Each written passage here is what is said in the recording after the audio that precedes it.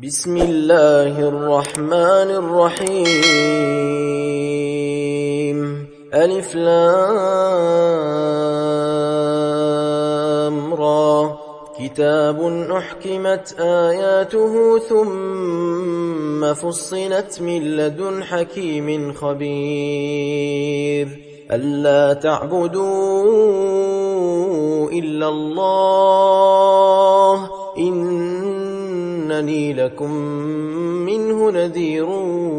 وبشير وأن استغفروا ربكم ثم توبوا إليه يمتعكم متاعا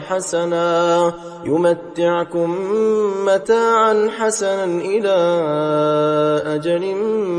مسمى ويؤت كل ذي فضل فضله وإن تولوا فإني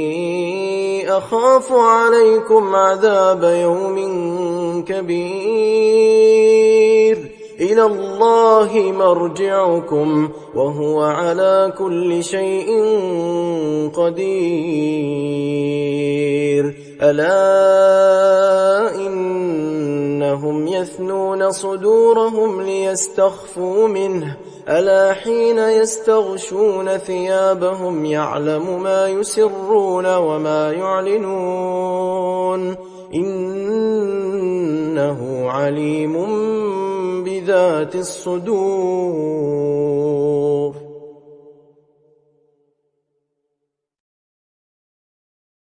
وما من دابة في الأرض إلا على الله رزقها ويعلم مستقرها ومستودعها كل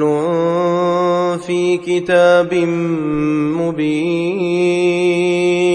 وهو الذي خلق السماوات والأرض في 6 أيام وكان عرشه على الماء ليبلوكم أيكم أحسن عملا ولئن قلت إنكم مبعوثون من بعد الموت ليقولن الذين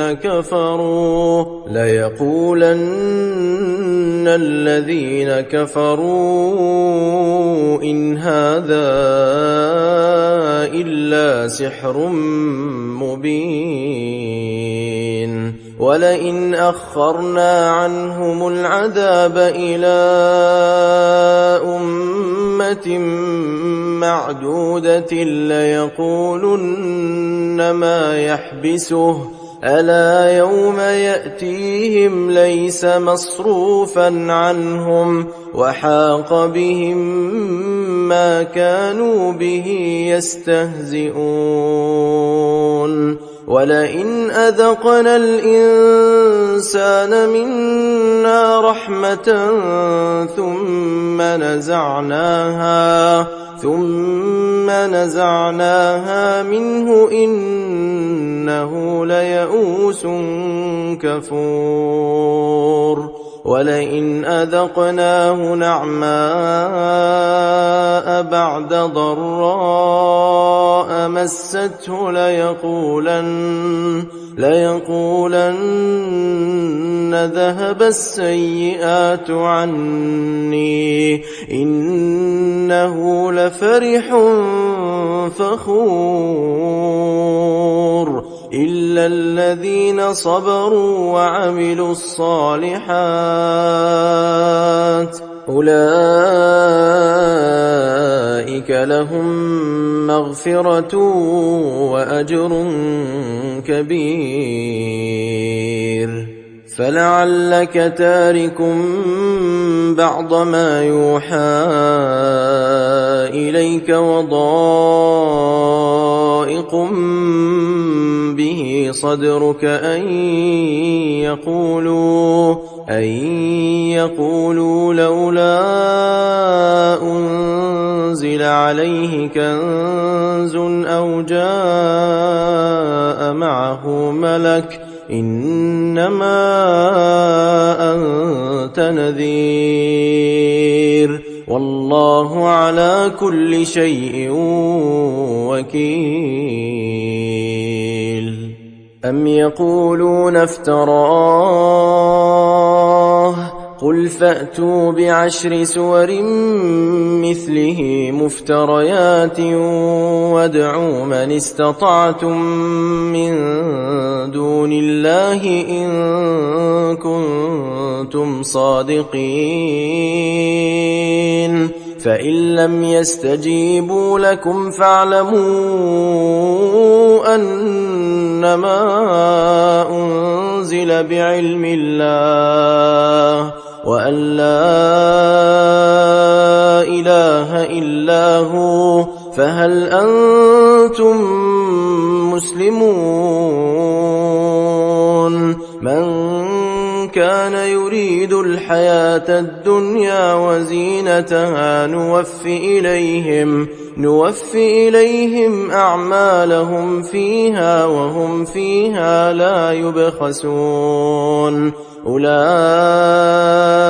الذين ليس لهم في الآخرة إلا النار وحبط ما صنعوا فيها وباطل ما كانوا يعملون أفمن كان على بينة من ربه ويتلوه شاهد منه ومن قبله كتاب موسى إماما ورحمة أولئك يؤمنون به ومن يكفر به من الأحزاب فالنار موعده فلا تك في مرية منه إنه الحق من ربك ولكن أكثر الناس لا يؤمنون ومن أظلم ممن افترى على الله كذبا أولئك يعرضون على ربهم ويقول الأشهاد هؤلاء الذين كذبوا على ربهم ألا لعنة الله على الظالمين الذين يصدون عن سبيل الله ويبغونها عوجا وهم بالآخرة هم كافرون أولئك لم يكونوا معجزين في الأرض وما كان لهم من دون الله من أولياء يضاعف لهم العذاب ما كانوا يستطيعون السمع وما كانوا يبصرون أولئك الذين خسروا أنفسهم وضل عنهم ما كانوا يفترون لا جرم أنهم في الآخرة هم الأخسرون إن الذين آمنوا وعملوا الصالحات وأخبتوا إلى ربهم أولئك أصحاب الجنة هم فيها خالدون مثل الفريقين كالأعمى والأصم والبصير والسميع هل يستويان مثلا أفلا تذكرون ولقد أرسلنا نوحا إلى قومه إني لكم نذير مبين ألا تعبدوا إلا الله إني أخاف عليكم عذاب يوم أليم. فقال الملأ الذين كفروا من قومه ما نراك إلا بشرا مثلنا وما نراك اتبعك إلا الذين هم أراذلنا بادي الرأي وما نرى لكم علينا من فضل بل نظنكم كاذبين. قال يا قوم أرأيتم إن كنت على بينة من ربي وآتاني رحمة من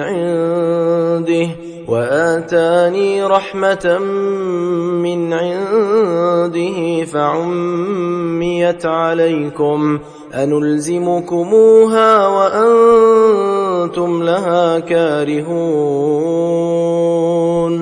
ويا قوم لا أسألكم عليه مالا إن أجري إلا على الله وما أنا بطارد الذين آمنوا إنهم ملاقو ربهم ولكني أراكم قوما تجهلون. ويا قوم من ينصرني من الله إن طردتهم أفلا تذكرون. ولا أقول لكم عندي خزائن الله ولا أعلم الغيب ولا أقول إني ملك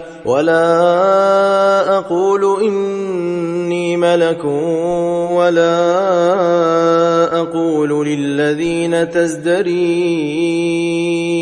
أعينكم لن يؤتيهم الله خيرا الله أعلم بما في أنفسهم إني إذا لمن الظالمين. قالوا يا نوح قد جادلتنا فأكثرت جدالنا فأتنا بما تعدنا إن كنت من الصادقين. قال إنما يأتيكم به الله إن شاء وما أنتم بمعجزين ولا ينفعكم نصحي إن أردت أن أنصح لكم إن كان الله يريد أن يغويكم هو ربكم وإليه ترجعون. أم يقولون افتراه قل إن افتريته فعلي إجرامي وأنا بريء مما تجرمون. وأوحي إلى نوح أنه لن يؤمن من قومك إلا من قد آمن فلا تبتئس بما كانوا يفعلون واصنع الفلك بأعيننا ووحينا ولا تخاطبني في الذين ظلموا إنهم مغرقون. ويصنع الفلك وكلما مر عليه ملأ من قومه سخروا منه قال إن تسخروا منا فإنا نسخر منكم كما تسخرون. فسوف تعلمون من يأتيه عذاب يخزيه ويحل عليه عذاب مقيم. حتى إذا جاء أمرنا فار التنور قل نحمل فيها من كل زوجين اثنين وأهلك إلا من سبق عليه القول وما آمن معه إلا قليل وقال اركبوا فيها بسم الله مجريها ومرساها إن ربي لغفور رحيم وهي تجري بهم في موج كالجبال ونادى نوح ابنه وكان في معزل يا بني اركب معنا ولا تكن مع الكافرين قال سآوي إلى جبل يعصمني من الماء قال لا عاصم اليوم من أمر الله إلا من رحم وحال بينهما الموج فكان من المغرقين وقيل يا أرض ابلعي ماءك ويا سماء أقلعي وغيض الماء وقضي الأمر واستوت على الجودي وقيل بعدا للقوم الظالمين ونادى نوح ربه فقال رب إن ابني من أهلي وإن وعدك الحق وأنت أحكم الحاكمين قال يا نوح إنه ليس من أهلك إنه عمل غير صالح فلا تسألني ما ليس لك به علم إني أعظك أن تكون من الجاهلين قال رب إني أعوذ بك أن أسألك ما ليس لي به علم وإلا تغفر لي وترحمني أكن من الخاسرين قيل يا نوح اهبط بسلام منا وبركات عليك وعلى أمم ممن معك وأمم سنمتعهم ثم يمسهم منا عذاب أليم تلك من أنباء الغيب نوحيها إليك ما كنت تعلمها أنت ولا قومك من قبل هذا فاصبر إن العاقبة للمتقين وإلى عاد أخاهم هودا قال يا قوم اعبدوا الله ما لكم من إله غيره إن أنتم إلا مفترون يا قوم لا أسألكم عليه أجرا إن أجري إلا على الذي فطرني أفلا تعقلون ويا قوم استغفروا ربكم ثم توبوا إليه يرسل السماء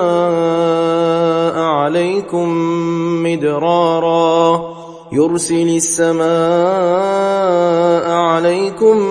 مدرارا ويزدكم قوة إلى قوتكم ولا تتولوا مجرمين قالوا يا هود ما جئتنا ببينة وما نحن بتاركي آلهتنا عن قولك وما نحن لك بمؤمنين إن نقول إلا اعتراك بعض آلهتنا بسوء قال إني أشهد الله واشهدوا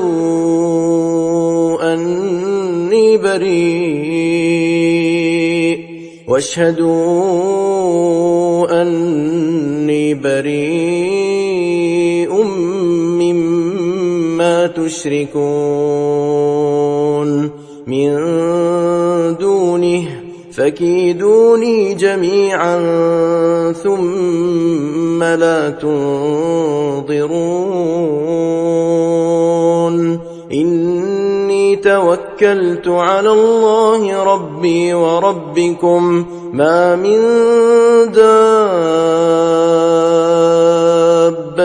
إلا هو آخذ بناصيتها إن ربي على صراط مستقيم فإن تولوا فقد أبلغتكم ما أرسلت به إليكم ويستخلف ربي قوما غيركم ولا تضرونه شيئا إن ربي على كل شيء حفيظ ولما جاء أمرنا نجينا هودا والذين آمنوا معه برحمة منا ونجيناهم من عذاب غليظ وتلك عاد جحدوا بآيات ربهم وعصوا رسله واتبعوا أمر كل جبار عنيد وأتبعوا في هذه الدنيا لعنة ويوم القيامة ألا إن عادا كفروا ربهم ألا بعدا لعاد قوم هود وإلى ثمود أخاهم صالحا قال يا قوم اعبدوا الله ما لكم من إله غيره هو أنشأكم من الأرض واستعمركم فيها فاستغفروه ثم توبوا إليه إن ربي قريب مجيب قالوا يا صالح قد كنت فينا مرجوا قبل هذا أتنهانا أن نعبد ما يعبد آباؤنا وإننا لفي شك مما تدعونا إليه مريب قال يا قوم أرأيتم إن كنت على بينة من ربي وآتاني منه رحمة فمن ينصرني من الله إن عصيته فما تزيدونني غير تخسير ويا قوم هذه ناقة الله لكم آية فذروها تأكل في أرض الله ولا تمسوها بسوء فيأخذكم عذاب قريب فعقروها فقال تمتعوا في داركم 3 أيام ذلك وعد غير مكذوب فلما جاء أمرنا نجينا صالحا والذين آمنوا معه برحمة منا ومن خزي يومئذ إن ربك هو القوي العزيز وأخذ الذين ظلموا الصيحة فأصبحوا في ديارهم جاثمين كأن لم يغنوا فيها ألا إن ثمود كفروا ربهم ألا بعدا لثمود ولقد جاءت رسلنا إبراهيم بالبشرى قالوا سلاما قال سلام فما لبث أن جاء بعجل حنيذ فلما رأى أيديهم لا تصل إليه نكرهم وأوجس منهم خيفة قالوا لا تخف إنا أرسلنا إلى قوم لوط وامرأته قائمة فضحكت فبشرناها بإسحاق ومن وراء إسحاق يعقوب قالت يا ويلتى أألد وأنا عجوز وهذا بعلي شيخا إن هذا لشيء عجيب قالوا أتعجبين من أمر الله رحمة الله وبركاته عليكم أهل البيت إنه حميد مجيد فلما ذهب عن إبراهيم الروع وجاءته البشرى يجادلنا في قوم لوط إن إبراهيم لحليم أواه منيب يا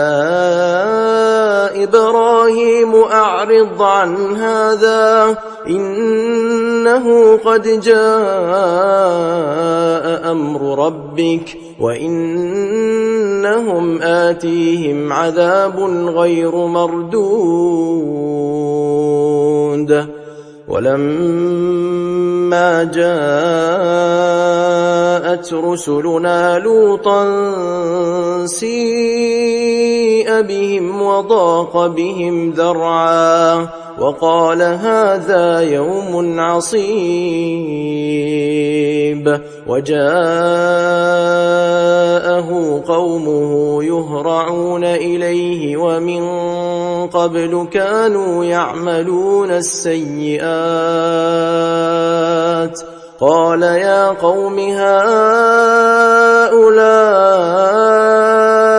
بناتي هن أطهر لكم فاتقوا الله ولا تخزون في ضيفي أليس منكم رجل رشيد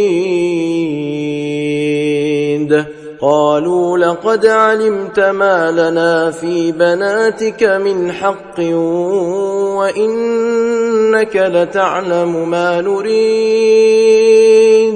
قال لو أن لي بكم قوة أو آوي إلى ركن شديد قالوا يا لوط إنا رسل ربك لن يصلوا إليك فأسر بأهلك بقطع من الليل ولا يلتفت منكم أحد إلا امرأتك إنه مصيبها ما أصابهم إن موعدهم الصبح أليس الصبح بقريب فلما جاء أمرنا جعلنا عاليها سافلها وأمطرنا عليها حجارة من سجيل منضود مسومة عند ربك وما هي من الظالمين ببعيد وإلى مدين أخاهم شعيبا قال يا قوم اعبدوا الله ما لكم من إله غيره ولا تنقصوا المكيال والميزان إني أراكم بخير وإني أخاف عليكم عذاب يوم محيط ويا قوم أوفوا المكيال والميزان بالقسط ولا تبخسوا الناس أشياءهم ولا تعثوا في الأرض مفسدين بقية الله خير لكم إن كنتم مؤمنين وما أنا عليكم بحفيظ قالوا يا شعيب أصلاتك تأمرك أن نترك ما يعبد آباؤنا أو أن نفعل في أموالنا ما نشاء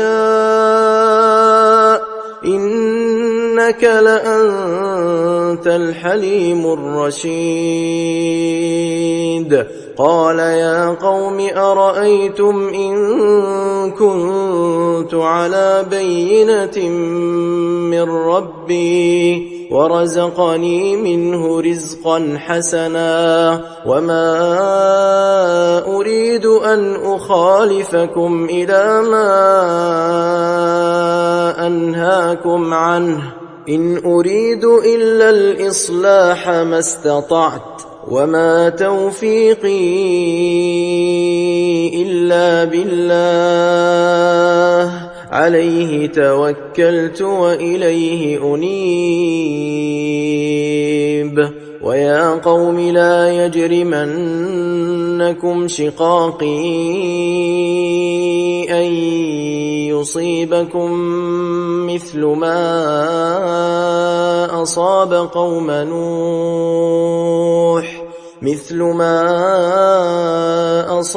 قوم نوح أو قوم هود أو قوم صالح وما قوم لوط منكم ببعيد واستغفروا ربكم ثم توبوا إليه إن ربي رحيم ودود قالوا يا شعيب ما نفقه كثيرا مما تقول وإنا لنراك فينا ضعيفا ولولا رهطك لرجمناك وما أنت علينا بعزيز قال يا قوم أرهطي أعز عليكم من الله واتخذتموه وراءكم ظهريا إن ربي بما تعملون محيط ويا قوم اعملوا على مكانتكم إني عامل سوف تعلمون من يأتيه عذاب يخزيه ومن هو كاذب وارتقبوا إني معكم رقيب ولما جاء أمرنا نجينا شعيبا والذين آمنوا معه برحمة منا وأخذت الذين ظلموا الصيحة فأصبحوا في ديارهم جاثمين كأن لم يغنوا فيها ألا بعدا لمدين كما بعدت ثمود ولقد أرسلنا موسى بآياتنا وسلطان مبين إلى فرعون وملئه فاتبعوا أمر فرعون وما أمر فرعون برشيد يقدم قومه يوم القيامة فأوردهم النار وبئس الورد المورود وأتبعوا في هذه لعنة ويوم القيامة بئس الرفد المرفود ذلك من أنباء القرى نقصه عليك منها قائم وحصيد وما ظلمناهم ولكن ظلموا أنفسهم فما أغنت عنهم آلهتهم التي يدعون من دون الله من شيء لما جاء أمر ربك وما زادوهم غير تتبيب وكذلك أخذ ربك إذا أخذ القرى وهي ظالمة إن أخذه أليم شديد إن في ذلك لآية لمن خاف عذاب الآخرة ذلك يوم مجموع له الناس وذلك يوم مشهود وما نؤخره إلا لأجل معدود يوم يأتي لا تكلم نفس إلا بإذنه فمنهم شقي وسعيد فأما الذين شقوا ففي النار لهم فيها زفير وشهيق خالدين فيها ما دامت السماوات والأرض إلا ما شاء ربك إن ربك فعال لما يريد وأما الذين سعدوا ففي الجنة خالدين فيها ما دامت السماوات والأرض إلا ما شاء ربك عطاء غير مجذوذ فلا تك في مرية مما يعبد هؤلاء